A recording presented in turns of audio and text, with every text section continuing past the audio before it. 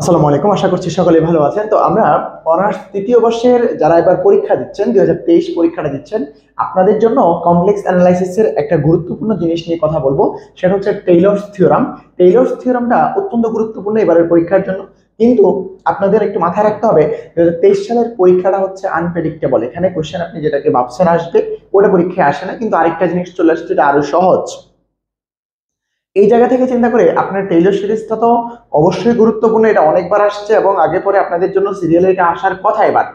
কিন্তু by any chance যদি এটা না আসে, তাহলে কিন্তু আপনি ধরা যেন না খান, সেই জন্য আপনি এই চ্যাপ্টার থেকে আরো কিছু থিওরি পড়ে যাবেন, যেমন কসিস ইন্টিগ্রাল থিওরাম এবং কসির এনতম ডেরিভেটিভের জন্য ইন্টিগ্রাল থিওরাম। কসের এই ইন্টিগ্রাল থিওরাম গুলো পড়ে গেলে এখানে 3-4টা থিওরাম টোটাল আছে, এগুলো পড়লে আপনি একটা কমন পড়ে যাবে ইনশাআল্লাহ। তবে টেইলরস থিওরামটা আসার চান্স অনেক বেশি। তো আমরা একটু একটু পড়ালেখা করার চেষ্টা করি টেইলরস থিওরামটা আসলে কি জিনিস।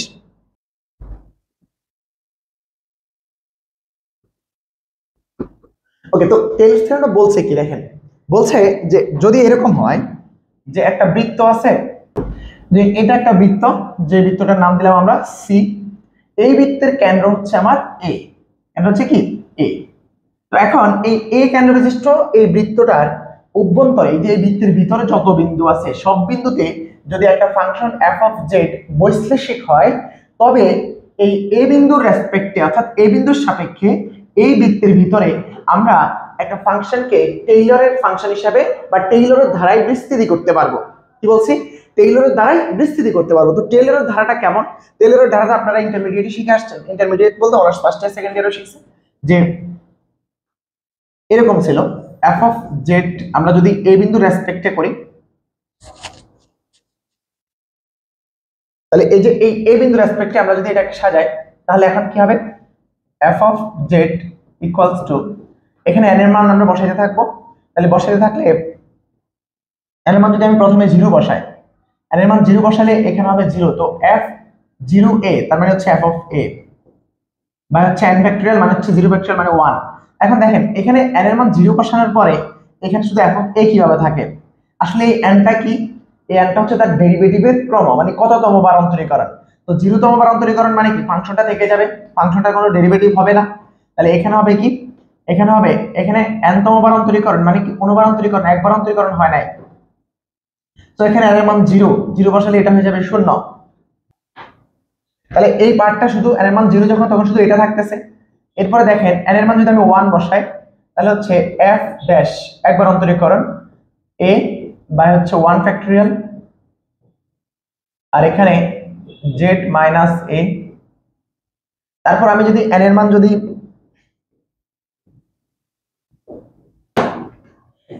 আমরা 2 বসাই, তাহলে f double dash of a by factorial 2 z minus a whole square. আরো একবার যদি আমরা এখানে নেই, তাহলে n এর মান কত দিব? আর একবার নেই যদি, তাহলে এখানে হবে f triple dash of a by হচ্ছে 3 ফ্যাক্টোরিয়াল এবং হচ্ছে z minus a cube. Okay, তারপরে এইভাবে dot dot dot up to infinity. এখন এই যে এই জিনিসটা হচ্ছে আমাদের টেইলর থিওরাম। তো এই যে এটাকে এক্সপ্লেন করলে এটা হয়, এটাকে এক্সপ্লেন করলে এটা হয়, n এর মান আমরা বসাইছি, বসানোর পরে এই লাইনটা আসে। তো আমাদের এটা দেখাতে হবে, যদি এই একটা সার্কেল সি যার কেন্দ্র এ, এই এ কেন্দ্র বিশিষ্ট সার্কেল সি এর ভিতরে যদি প্রত্যেকটা বিন্দুতে একটা ফাংশন অ্যানালিটিক হয়, বৈশ্লেষিক হয়, তাহলে ওই ওই সার্কেলের ভিতরে এ বিন্দুর সাপেক্ষে ফাংশনটাকে আমরা কি করতে পারবো? এক্সপ্যান্ড করতে পারবো টেইলর সিরিজের মাধ্যমে। এটা হচ্ছে টেইলরের থিওরাম কমপ্লেক্স অ্যানালিসিসে, অর্থাৎ জটিল বিশ্লেষণের ক্ষেত্রে টেইলরের থিওরাম। তাহলে টেইলর বলছে কি, যদি তোমার একটা ফাংশন এফ অফ জেড একটা সার্কেল যার কেন্দ্র এ, এর ভিতরে এর অভ্যন্তরের প্রত্যেকটা বিন্দুতে যদি সে অ্যানালিটিক হয় বা বৈশ্লেষিক হয়, তবে তাকে আমরা টেইলরের সিরিজের মাধ্যমে বা এই সিরিজের মাধ্যমে এক্সপ্যান্ড করতে পারবো, অর্থাৎ ব্যাখ্যা করতে পারবো তথা বিস্তার করতে পারবো। এখন দেখো এই বিস্তার করে আমাদের কি লাভ? বিস্তার করে লাভ কি? এখন দেখো তো একটু, এই যে বিস্তার করার পরে যেটা আসছে এটা কি? এটা একটা বহুপদী রাশি না? এটা একটা বহুপদী রাশি। তো এই বহুপদী রাশিতে রূপান্তর করলে আসলে সুবিধাটা কি? কোন একটা রাশিকে বা কোন একটা ফাংশনকে যদি বহুপদী ফাংশন হিসেবে চিহ্নিত করা যায়, তাহলে ওই ফাংশনাল ভ্যালু, ওই ফাংশনের যে কোনো পয়েন্টের ভ্যালু বের করাটা ইজি হয়ে যায়। কিভাবে ইজি? দেখো, আমরা যদি মনে করি এই যে এই ফাংশনে এই ফাংশনটাতে আমরা ভ্যালু বের করব। তাহলে এই যে এইটার একেবারে অসীম সংখ্যক পদ এখানে আছে, তার মধ্যে আমার সব পদ দরকার নেই। আমরা দেখা যাবে প্রথম 4-5টা পদের ভ্যালু যখন যোগ করব তখন আমরা এই ফাংশনের ওই যে এ এর রেসপেক্টে, এ বিন্দুর রেসপেক্টে এই ফাংশনের ভ্যালুটা কত এর নিকটবর্তী বা কত এর কাছাকাছি এটা খুব সহজে জানতে পারি। তারপরে বহুপদী ফাংশন যেহেতু এটা যেহেতু বহুপদী ফাংশন বা পলিনোমিয়াল ফাংশনকে অন্তরীকরণ করা সহজ, যোগজীকরণ করাও সহজ, এবং এখান থেকে যে কোনো একটা বিন্দুর অ্যাপ্রক্সিমেট ভ্যালু বের করাও সহজ। যেমন তোমাকে যখন sin x ছিল, sin x equals to x minus x cube by 3 factorial plus x 5 by 5 factorial, তোমরা এই ধারাটা অবশ্যই জানো। তো এই যে এখানে এই sin x কে আমরা যখন পলিনোমিয়ালের মাধ্যমে যখন এক্সপ্যান্ড করে ফেলছি তখন আমরা sin x এর ভ্যালু বের করা ইজি হয়ে গেছে। কিভাবে? যখন তোমার হাতে ক্যালকুলেটর ছিল না, কোনো কম্পিউটার, কোনো রকমের কোনো ইলেকট্রনিক্স টুলস ছিল না, তখন তুমি sin এর একটা নির্দিষ্ট বিন্দুতে ভ্যালু বের করবা, তখন তুমি কিভাবে বের করতা? তখন তোমার হাতে অপশন ছিল এইটাই। যখন গণিতবিদরা গণিত নিয়ে কাজ করেন তখন তাদের কিন্তু ক্যালকুলেটর বা কোনো ল্যাপটপ, কোনো কম্পিউটার, কোনো রকমের টুলস ছিল না। তো সেক্ষেত্রে তারা কোনো একটা ফাংশনের ভ্যালু বের করার ক্ষেত্রে সবসময় চিন্তা করতেন যে ফাংশনটাকে কোনো রকমের একটা পলিনোমিয়াল ফাংশনে এক্সপ্যান্ড করা যায় কিনা। যদি যেত তাহলে ওটার মধ্যে ভ্যালু বসালে 3-4-5টা পদ যোগ করলে যে ভ্যালুটা পাওয়া যাবে, অসীম সংখ্যক পদ যোগ করলে ওই ভ্যালুর নিকটবর্তী পদ পাওয়া যাবে বা নিকটবর্তী ভ্যালু পাওয়া যাবে। তার মানে আমরা কোন একটা ফাংশনকে পলিনোমিয়ালের মাধ্যমে পলিনোমিয়াল ফাংশন হিসেবে যদি এক্সপ্যান্ড করতে পারি তাহলে তার ভ্যালুর অ্যাপ্রক্সিমেট ভ্যালুটা বের করা ইজি হয়ে যায়। তো আমরা এটা ইয়েতেও বলছিলাম, আমরা নিউমেরিক্যাল অ্যানালাইসিসেও কিন্তু এই টেইলরের সিরিজ পড়ছিলাম। টেইলরের সিরিজ দিয়ে আমরা 2 ডিগ্রি বা 1 ডিগ্রি ডিফারেনশিয়াল ইকুয়েশনের কি সলিউশনের অ্যাপ্রক্সিমেট ভ্যালু বের করছিলাম, এবং সেখানে দেখা গেছে এই টেইলরের সিরিজটাকে একটু ঝামেলা করে বা একটু ভিন্ন রকম করে অয়লার এবং হচ্ছে আমার রঞ্জি করতে এরা হচ্ছে কাজ করছিল। তো এই যে এই জিনিসগুলো মানে ব্যাপারটা হচ্ছে এক্সাক্ট ভ্যালু দিবে না, এক্সাক্ট ভ্যালু নিকটবর্তী ভ্যালু দেওয়ার জন্য আমরা একটা কোনো ফাংশনকে যদি পলিনোমিয়ালের ধারা হিসাবে বা পলিনোমিয়াল বহুপদীতে যদি রূপান্তর করে দিতে পারি তাহলে তার অ্যাপ্রক্সিমেট ভ্যালুটা বের করা খুব ইজি হয়ে যাবে। সেই কারণেই আমরা হচ্ছে এই বিন্দুতে এর সাপেক্ষে কোনো একটা বিন্দুতে আমরা যদি একটা ফাংশনের ভ্যালু বের করতে চাই তো সবচেয়ে সহজ পদ্ধতিটা হচ্ছে তাকে একটা বহুপদী ধারার মাধ্যমে এক্সপ্যান্ড করা, আর সেই ধারাটাই আমরা হচ্ছে টেইলরের ধারা হিসেবে ব্যবহার করছি। আর টেইলরের ধারা হচ্ছে মূলত পাওয়ার সিরিজ নামে পরিচিত। সো পাওয়ার সিরিজে এক্সপ্যান্ড করতে পারলে কোনো একটা বহুপদীর যে কোনো বিন্দুতে ভ্যালু বের করাটা অনেকটা ইজি হয়ে যায়। সেই কারণে আমরা হচ্ছে এই কাজটা করলাম। তো আশা করছি আপনারা এতটুকু বুঝছেন। তো এবার খেয়াল করেন, এবার আমরা এটা বুঝছি, এবার এটা বোঝার পরে আমরা এটা প্রুফ করব বা এটা প্রমাণ করব। তো প্রমাণ করার জন্য আমরা আবার একটু বলে নিই ব্যাপারটা কি। ব্যাপারটা হচ্ছে এই যে এ হচ্ছে এই সার্কেলটার কি কেন্দ্র, আর এই এ বিন্দুর সাপেক্ষে আমি যদি একটা বহুপদী ফাংশন এর ভিতর থেকে নেই, এর ভিতরের প্রত্যেকটা বিন্দুকে রিপ্রেজেন্ট করার জন্য একটা ফাংশন আমরা ডিফাইন করলাম এফ অফ জেড। তো এফ অফ জেডটা এর প্রত্যেকটা বিন্দুতে কি বৈশ্লেষিক, আর বৈশ্লেষিক হওয়ার শর্ত কিন্তু আমরা আমাদের প্রথম দিকের পর্বগুলোতে দিয়ে দিয়েছি। সো বৈশ্লেষিক ফাংশন এর ভিতরে প্রত্যেকটা বিন্দুতে বৈশ্লেষিক যদি হয়, বৈশ্লেষিক হওয়াটা মাস্ট, বৈশ্লেষিক হলে পরে আমরা এটার ভিতরে কোনো রকমের অসঙ্গতি পাবো না, তখন গিয়ে ফাংশনটাকে আমরা এই পলিনোমিয়ালে এক্সপ্যান্ড করতে পারবো বা বহুপদীর ধারায় বিস্তৃতি করতে পারবো। শুধুমাত্র শর্ত হচ্ছে কি তাকে এই সার্কেলের কোনো জায়গায় কি হতে পারবে না, বৈশ্লেষিক না হওয়ার উপায় নেই, অর্থাৎ বৈশ্লেষিক হওয়াই লাগবে। ঠিক আছে? আর বৈশ্লেষিক মানে হচ্ছে এর সাপেক্ষে যে একটা সার্কেল, এই সার্কেলের অভ্যন্তরে প্রত্যেকটা বিন্দুতে অন্তরীকরণযোগ্য। তার মানে এর ভিতরের কোনো বিন্দুতে সে কি না অন্তরীকরণযোগ্য নয় এমন না, প্রত্যেকটা পয়েন্টে সে কি অন্তরীকরণযোগ্য এবং অবিচ্ছিন্ন। আশা করছি এই ব্যাপারটা আপনারা ক্লিয়ারলি বুঝে গেছেন। সো এটা হচ্ছে আমাদের বহুপদী বা টেইলরের এক্সপ্রেশন। এই এক্সপ্রেশন দেওয়ার পরে এবার আমাদের কাজ হচ্ছে কি প্রমাণ করতে হবে, এটা প্রুফ করতে হবে যে কিভাবে এটা হলো। সো এটা প্রুফ করাটা খুব বেশি কঠিন কাজ নয়, এটা হচ্ছে কসির অয়লার কসির যে ইন্টিগ্রাল ফর্মুলা আছে সেটার সাহায্যে আমরা জাস্ট একটা ক্যালকুলেশন করলেই এই টেইলর বহুপদীটা খুব সহজে মিলে যাবে। সো ক্যালকুলেশনটা আমরা শুরু করছি। তো আমরা এখন প্রুফ করব, প্রুফ বা প্রমাণ। হ্যাঁ, তোমরা যেহেতু বাংলায় লিখবা তোমরা এখানে প্রুফ না লিখে বাংলায় লিখবে প্রমাণ। তো প্রমাণ আসলে প্রমাণ করার জন্য আমাদের আরো কিছু কাজ করতে হবে। তো প্রমাণ করার জন্য আমরা এই সার্কেল নিয়ে একটু কাজ করব। এই সার্কেলের মধ্যে আমরা কি করব, আমরা এই সার্কেলের মধ্যে আবার একটা ছোট সার্কেল ড্র করব। সার্কেলটা কেমন হবে, এর ভিতরে আরেকটা সার্কেল নিলাম, এটা হচ্ছে ধরো এটার ভিতরে আরেকটা সার্কেল, এটা আমাদের বড় সার্কেল যেটা সেটার ব্যাসার্ধ, আমরা ছোট সার্কেলটার ব্যাসার্ধ ধরলাম হচ্ছে আর ড্যাশ, এবং আগের যে সার্কেলটা ছিল আগের সার্কেলটার ব্যাসার্ধ আমরা ধরে নিলাম হচ্ছে আর। ঠিক আছে? তো এখন নতুন সার্কেল যেটা ধরছে সেটা ব্যাসার্ধ, আমরা এটা প্রুফ করার জন্য এই নতুন করে আরেকটা সার্কেল অঙ্কন করতে হবে। এই সার্কেল অঙ্কন করার পরে এই সার্কেলের উপরের একটা বিন্দু আমরা কাউন্ট করব। এই সার্কেলের উপরের একটা বিন্দু আমরা ধরে নিলাম, ধরো এই বিন্দুটা ধরে নিলাম, এটা হচ্ছে ধরো ডব্লিউ। তাহলে এই যে এই ডব্লিউটা এ থেকে কত দূরে আছে, আর ড্যাশ দূরে আছে, ঠিক আছে। এবং এর অভ্যন্তরের যে কোনো বিন্দুতে আমরা কল্পনা করি যে একটা বিন্দু হচ্ছে কি, একটা বিন্দু হচ্ছে আমাদের জেড। ওকে, তাহলে এই যে এইটুকু দূরত্বকে আমি ধরে নিলাম আর, এই আর। হ্যাঁ, এখন স্পষ্টত এখানে দেখা যায় কি যে আর ড্যাশ লেস দেন আর, ঠিক আছে, আর ড্যাশ লেস দেন কি আর। এখন এই যে ভিতরে যে লাল সার্কেল, এটার নাম আমি দিলাম হচ্ছে ধরো গামা সার্কেল, ঠিক আছে। তাহলে গামা সার্কেলের আমরা প্রথমে একটা সি সার্কেল পেয়েছি, সি সার্কেলের ভিতরে অভ্যন্তরে প্রত্যেকটা পয়েন্টে এফ অফ জেড ফাংশনটা কি অ্যানালাইটিক বা বৈশ্লেষিক, এবং আমরা তার ভিতরে আরেকটা সার্কেল ড্র করছি, সেই সার্কেলের উপরের একটা বিন্দু নিয়েছি ডব্লিউ, এবং এই সার্কেলের ভিতরে আরেকটা বিন্দু নিয়েছি জেড। এখন দেখো জেডটা এই ছোট সার্কেলের ভিতরে তো আছে, এটা অবশ্যই বড় সার্কেলের ভিতরেও কি আছে। তাহলে জেড বিন্দুতে ফাংশনটা যদি অ্যানালাইটিক হয়, তাহলে অবশ্যই সে এই ছোট সার্কেল অথবা বড় সার্কেল যেটাই কম সেটার ভিতরে কিন্তু অবশ্যই আছে। ওকে, তো আমরা এখন এখানে যা চিত্র আঁকছি তা এখানে একটু ব্যাখ্যা করি বা লিখি। তাহলে ধরি সি বৃত্তের অভ্যন্তরে একটি বৈশ্লেষিক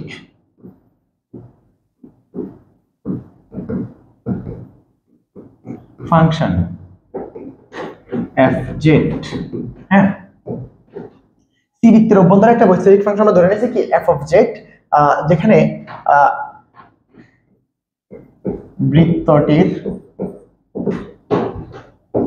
ব্যাসার্ধ কত আর। ওকে,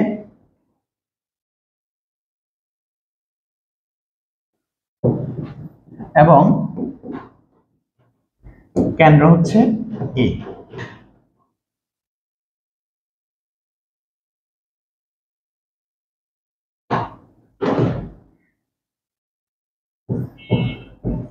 যে কোনো বিন্দু জেড, আমরা কি করছি, আমরা সি বৃত্তের অভ্যন্তরে একটি বৈশ্লেষিক ফাংশন এফ অফ জেড ধরে নিয়েছি, বৃত্তটির ব্যাসার্ধ আর এবং কেন্দ্র হচ্ছে এ, এবং যে কোনো একটি বিন্দু হচ্ছে জেড। হ্যাঁ, যে কোনো বিন্দু হচ্ছে জেড, যেন জেড মাইনাস এ এর মডুলাস কত হবে, z minus a modulus equals to r. আরো ধরি যে সি বৃত্তের অভ্যন্তরে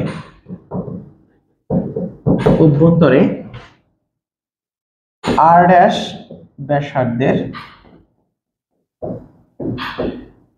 এবং এ কেন্দ্র বিশিষ্ট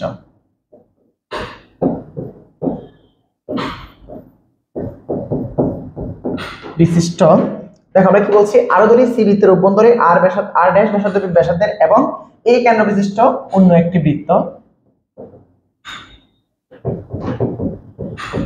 বৃত্ত গামা। হ্যাঁ, ওকে, তো আমরা অন্য একটি বৃত্ত গামা কল্পনা করলাম। এই যে চিত্রটা চিত্রটা মনে রাখতে হবে, কারণ চিত্র দিয়ে আমরা মূলত ব্যাখ্যা করে আসছি, আমাদের চিত্রটা খুব বেশি গুরুত্বপূর্ণ এই জন্য।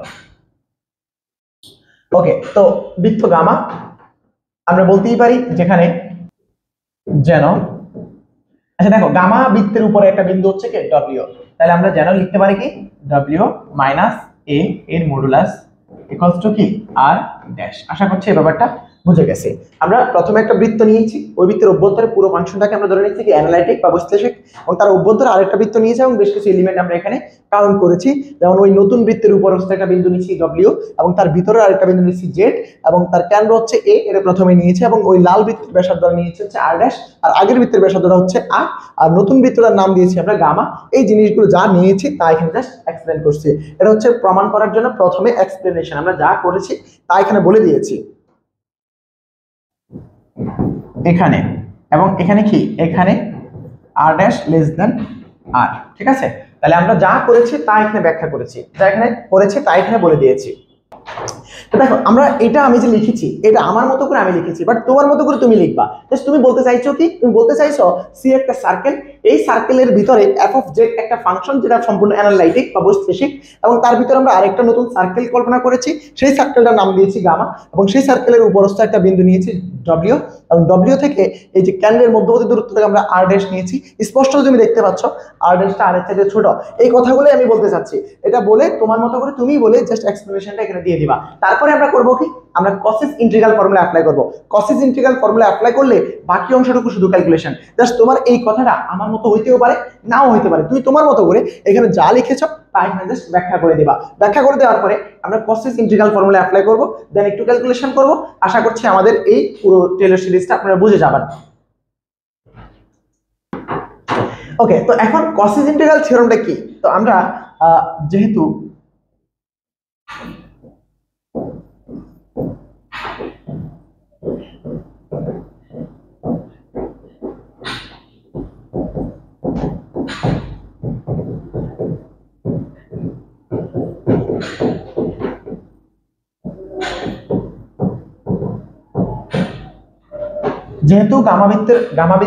গামাবৃত্তের মধ্যে এফ অফ জেড ফাংশনটি বৈশ্লেষিক, আর বৈশ্লেষিক ফাংশনের জন্য কসিস ইন্টিগ্রাল ফর্মুলা আছে। তাহলে বৈশ্লেষিক, তাহলে কসির ইন্টিগ্রাল বা কসির সমাকলন সূত্র অনুসারে, কসির সমাকলন সূত্র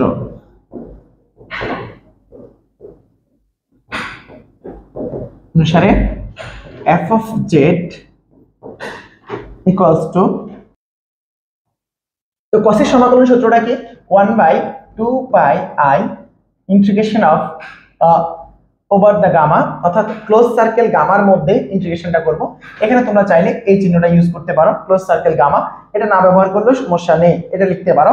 এটা সমান, এটা ইন্টিগ্রেশন নেওয়ার পরে এখানে দেব হচ্ছে এফ অফ ডাব্লিউ, এটা হচ্ছে আমাদের কসিস ইন্টিগ্রাল ফর্মুলা,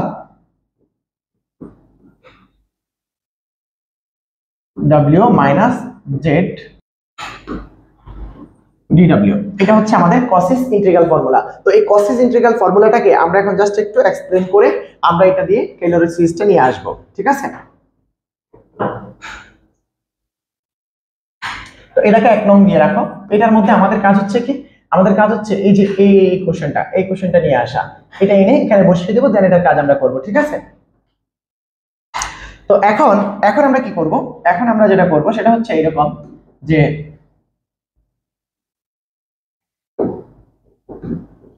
এখন 1/w minus Z equals two কি লেখা যায়, এটা লেখা যায় 1/w minus a minus Z minus a, এটা কি লেখা যায়? অবশ্যই লেখা যায়। আমরা a এর সাপেক্ষে করতেছি দেখে, ওই যে a এর সাপেক্ষে যেহেতু করতেছি, যার সাপেক্ষে তারে বিয়োগ, যার সাপেক্ষে তারে বিয়োগ, এই বিন্দু রেসপেক্টে আমরা টেলর সিরিজ এক্সপ্যান্ড করতেছি।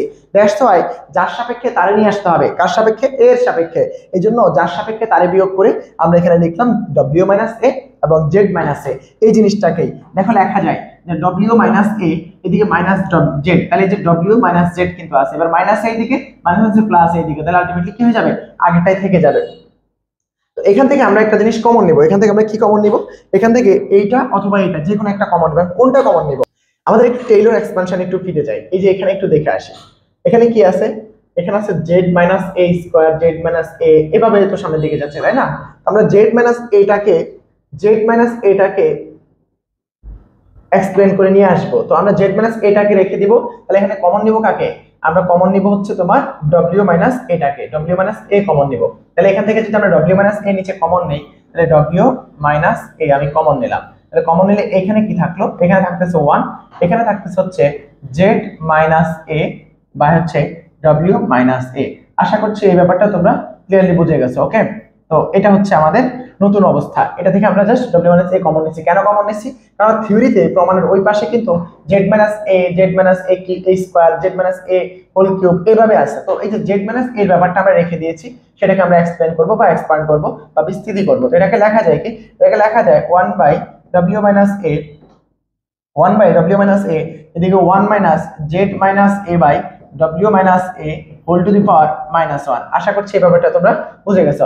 এখন দেখো এই যে এটা হচ্ছে, এটা কি, এটা একটা এক্সপ্লেনেশন আমরা জানি, এটা একটা বিস্তৃতি আমরা জানি, এটা হচ্ছে 1 minus x whole to the power n, 1 minus x whole to the power -1, sorry 1 minus x whole to the power -1। তো এটার মানে হচ্ছে আমরা জানি যে 1 বাই w মাইনাস a আসে থাকলো, আর এই যে এটা হচ্ছে এই সূত্রটা 1 minus x whole to the power -1 equals to 1 plus x plus x square plus x cube plus dot dot dot এভাবে আপ টু ইনফিনিটি যাবে। সো এখানে আমরা তাই অ্যাপ্লাই করব। এখানে হবে কি, এখানে হবে হচ্ছে আমার 1 প্লাস x বলতে এই পুরোটা z minus a by w minus a, তারপর হচ্ছে z মাইনাস a এর উপরে square by w minus a এর উপরে square plus z minus a এর উপরে cube by w minus a এর উপরে কিউব প্লাস আর লিখবো না, আমরা তিনটা পদ লিখবো বেসিক্যালি, তিনটার পর আর লিখবো না। তো এটা হচ্ছে আমাদের আমার কি বাইনোমিয়াল বা দ্বিপদী বিস্তৃতি, আমরা যেটা কতগুলো সূত্র আমরা second year ordinary differential equation এবং আমাদের জীবনে এই ধারাটা অনেকবার আমরা ব্যবহার করেছি। এটা একটা পাওয়ার সিরিজ। হ্যাঁ, তো এখন এখান থেকে একটু দেখো, এখান থেকে আমরা এই w মাইনাস এটাকে যদি ভিতরে নিয়ে যাই, তাহলে এটাকে যদি আমরা ভিতরে নিয়ে যাই তাহলে কি পাওয়া যায়, এটাকে নিয়ে গেলে থাকে হচ্ছে 1 by w minus a plus z minus a by w minus a এর উপরে square plus z minus a এর উপরে স্কয়ার w মাইনাস a এর উপরে কিউব, তারপর হচ্ছে প্লাস z মাইনাস a এর উপরে কিউব w মাইনাস a এর উপরে 4 প্লাস ডট ডট ডট। এখন দেখো আমার এই পাশটাতে কি ছিল 1 বাই w মাইনাস z। তো 1 বাই w মাইনাস z এই জিনিসটাকে আমরা এখন কোথায় নিয়ে ব্যবহার করব, আমরা ওই যে 1 নং দিয়ে রাখছিলাম, কাকে আমরা 1 নং দিয়ে রাখছিলাম যে এই যে এই ফর্মুলাটা, এইখানে গিয়ে কসিস ইন্টিগ্রাল ফর্মুলার এই 1 বাই w মাইনাস z এইটার মধ্যে এই মানটা আমরা এখন ব্যবহার করব। সো এই মানটা যদি আমরা এখন ব্যবহার করতে চাই তাহলে কি হবে, আমি জাস্ট এদিকে একটু লিখে রাখি, দেন আমি পরবর্তীতে এটা ইউজ করব। ওকে, তাহলে আমরা এখন ওই যে 1 থেকে পাই, এখন 1 নং থেকে পাই, 1 নং থেকে কি পাই, f of z equals to 1 by 2 pi I integration close curve gamma এটার উপরে, দেন আমার এখানে হচ্ছে f of w টা ছিল উপরে থাকলো, আর 1 by w minus z, এই যে 1 by w minus z এটা নিচে ছিল হচ্ছে w minus z, তো সেটার মান কিন্তু এইটা। তাহলে এখন আমরা এই জায়গায় লিখতে পারি কি, এই জায়গায় এই যে এই পুরাটাকে গুণাকারে লিখে দিতে পারি। তাহলে এখানে গুণাকারে এটা যদি চলে আসে, তো এই জিনিসটা আমরা কি লিখবো, এই জিনিসটাকে আমরা থার্ড ব্র্যাকেট দিয়ে লিখে দিই 1 by w minus a plus z minus a by w minus a এর উপরে square plus z minus a square by w minus a এর উপরে cube plus z minus a cube by w minus a এর উপরে 4 plus dot dot dot, তারপরে আপনার এখানে শেষে ছিল কি, ওই যে 1 নং এর মধ্যে ওই পাশে কিন্তু dw ছিল, তাহলে এদিকে dw টা আমি বসিয়ে দিলাম। তো আশা করছি আপনাদের এটাতে কোনো প্রবলেম হওয়ার কথা না। তো এটা বসিয়ে দেওয়ার পরে এখন দেখো আমরা এটা ইন্টিগ্রেশনটা করব কার সাপেক্ষে, w এর সাপেক্ষে। তাহলে w যুক্ত অংশ ব্যতীত বাকি যারা আছে ওরা কিন্তু এখানে আসলে পাওয়া আসছে, ঠিক আছে। তার মানে আমরা এখন যেটা করব, আমরা এখানে এই 2 পাই i কে রেখে বাকি সবাই ইন্টিগ্রেশনের মধ্যে নিয়ে যাব, তাই তো। তাহলে এখন আমরা এই যে এখানে এটাকে লিখতে পারি হচ্ছে 1 বাই, ওকে। তো এখন আমরা ওই মেইন 1 নং এর এই জিনিসটাকে একটু সাজাই। এখান থেকে আমরা কি লিখতে পারি, এখান থেকে আমরা লিখতে পারি হচ্ছে প্রত্যেকটা যদি আলাদা আলাদা নিয়ে আসি 1 by 2 pi i integration of gamma close curve, আর এখানে হচ্ছে f অফ w বাই হচ্ছে w মাইনাস a dw, এটা একটা। এরপর 1 বাই 2 পাই i, এই যে এটা গুণ করে দিচ্ছি সবার সাথে, integration of close curve gamma, আর এখানে হচ্ছে z মাইনাস a বাই হচ্ছে কি, বাই হচ্ছে আমার w মাইনাস a এর উপরে স্কয়ার dw। তারপরে কি আছে, তারপরে আমার এখানে সরি এখানে একটা জিনিস আছে আমার, সেটা আমি দিতে ভুলে গেছি, এই যে এটার সাথে কি f অফ w কিন্তু গুণ আকারে আছে, তারপরে dw। আশা করছি এটা বুঝছেন, এই যে f অফ w গুণ আকারে আছে। তারপরে টার্মটা হচ্ছে 1 by 2 pi i integration of gamma close curve, আর এদিকে হচ্ছে আমাদের z মাইনাস a এর উপরে স্কয়ার এবং f অফ w বাই হচ্ছে w মাইনাস a এর উপরে কিউব ডিডব্লিউ, এই যে এই টার্মটা আমি লিখলাম। তারপর লাস্ট টার্ম যেটা সেটা আমরা এখন লিখি নাই, সেটাও লিখে দিচ্ছি।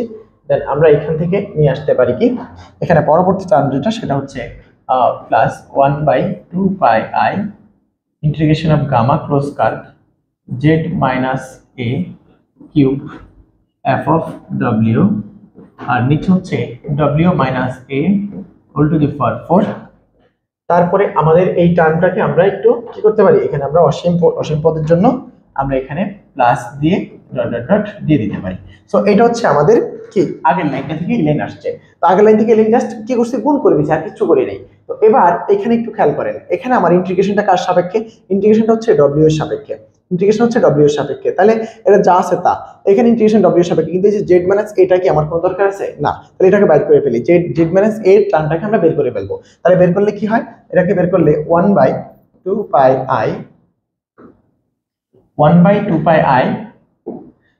Integration of close curve gamma F W বা হচ্ছে ডব্লিউ মাইনাস এ ডিডব্লিউ, তারপর প্লাস জেড মাইনাস এ এটাকে বাইর করে দিলাম 2πi integration of close curve gamma, and এখানে হচ্ছে এফ অফ ডব্লিউ বা হচ্ছে ডব্লিউ মাইনাস এ এর উপরে স্কোয়ার ডিডব্লিউ প্লাস জেড মাইনাস এ এর উপরে স্কোয়ার, জেড মাইনাস এর উপরে square by 2πi integration of close curve gamma, তারপর হচ্ছে এফ ডব্লিউ বা হচ্ছে ডব্লিউ মাইনাস এর উপরে cube DW.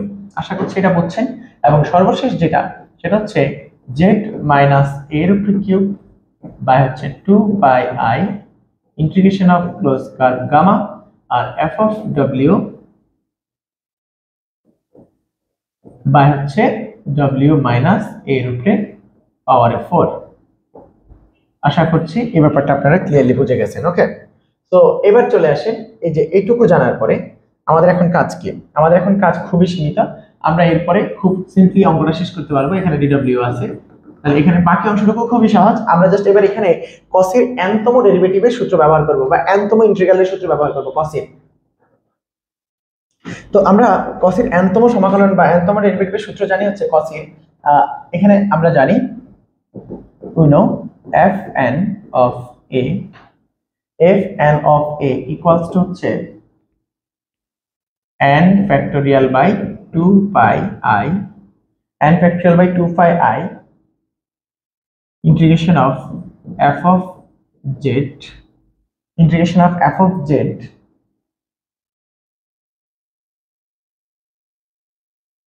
by z minus a whole to the power n plus 1 dz। এটা হচ্ছে cos এর nতম ডেরিভেটিভের ফর্মুলা। cos এর nতম ডেরিভেটিভের ফর্মুলা হচ্ছে এই যে এটা। সো nতম ডেরিভেটিভ ইকুয়ালস টু এটা। তাহলে এখানে দেখেন এটা আমরা প্রমাণ করা লাগবে, যদি আমাদের পুরো প্রিপারেশন নিতে হয় তাহলে এটা প্রমাণ লাগবে।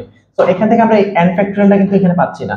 সো n ফ্যাক্টরিয়ালটাকে নিচে পাঠিয়ে দিই। তাহলে আমরা লিখতে পারি fn of a by factorial n equals to হচ্ছে 1/2πi integration of closed curve c আর এদিকে হচ্ছে f of z by z minus a whole to the power n plus 1 dz।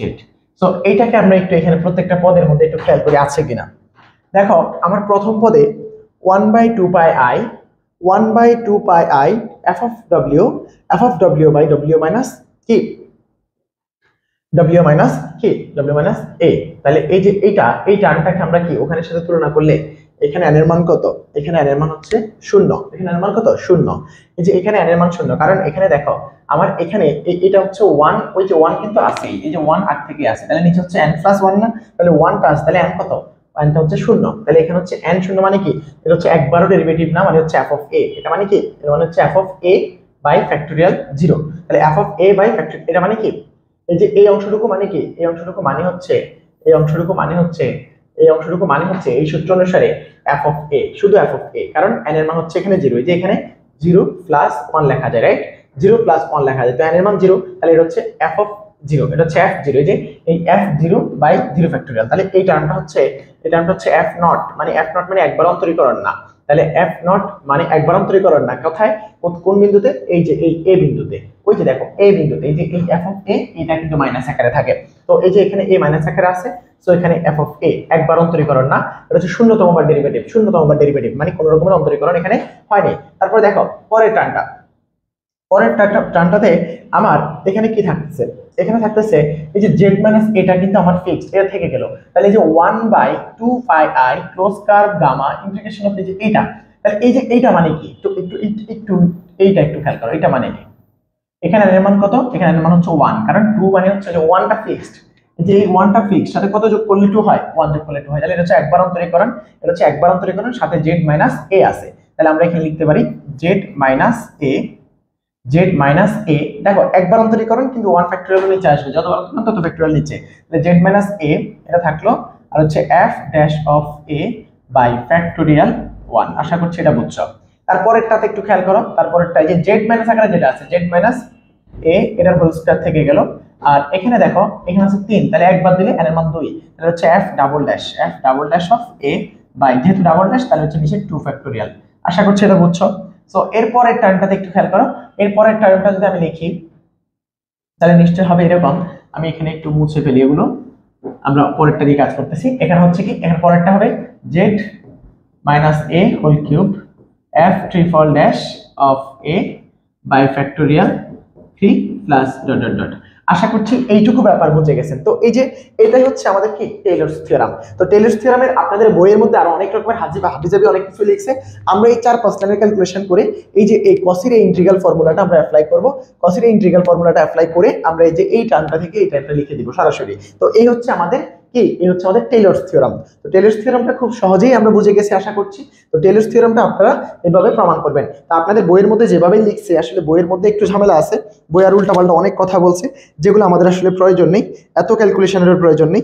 So এই ক্যালকুলেশনগুলো আমরা এই যে এখানে পেয়ে গেছি, এটা হচ্ছে আমাদের কি, এটা হচ্ছে আমাদের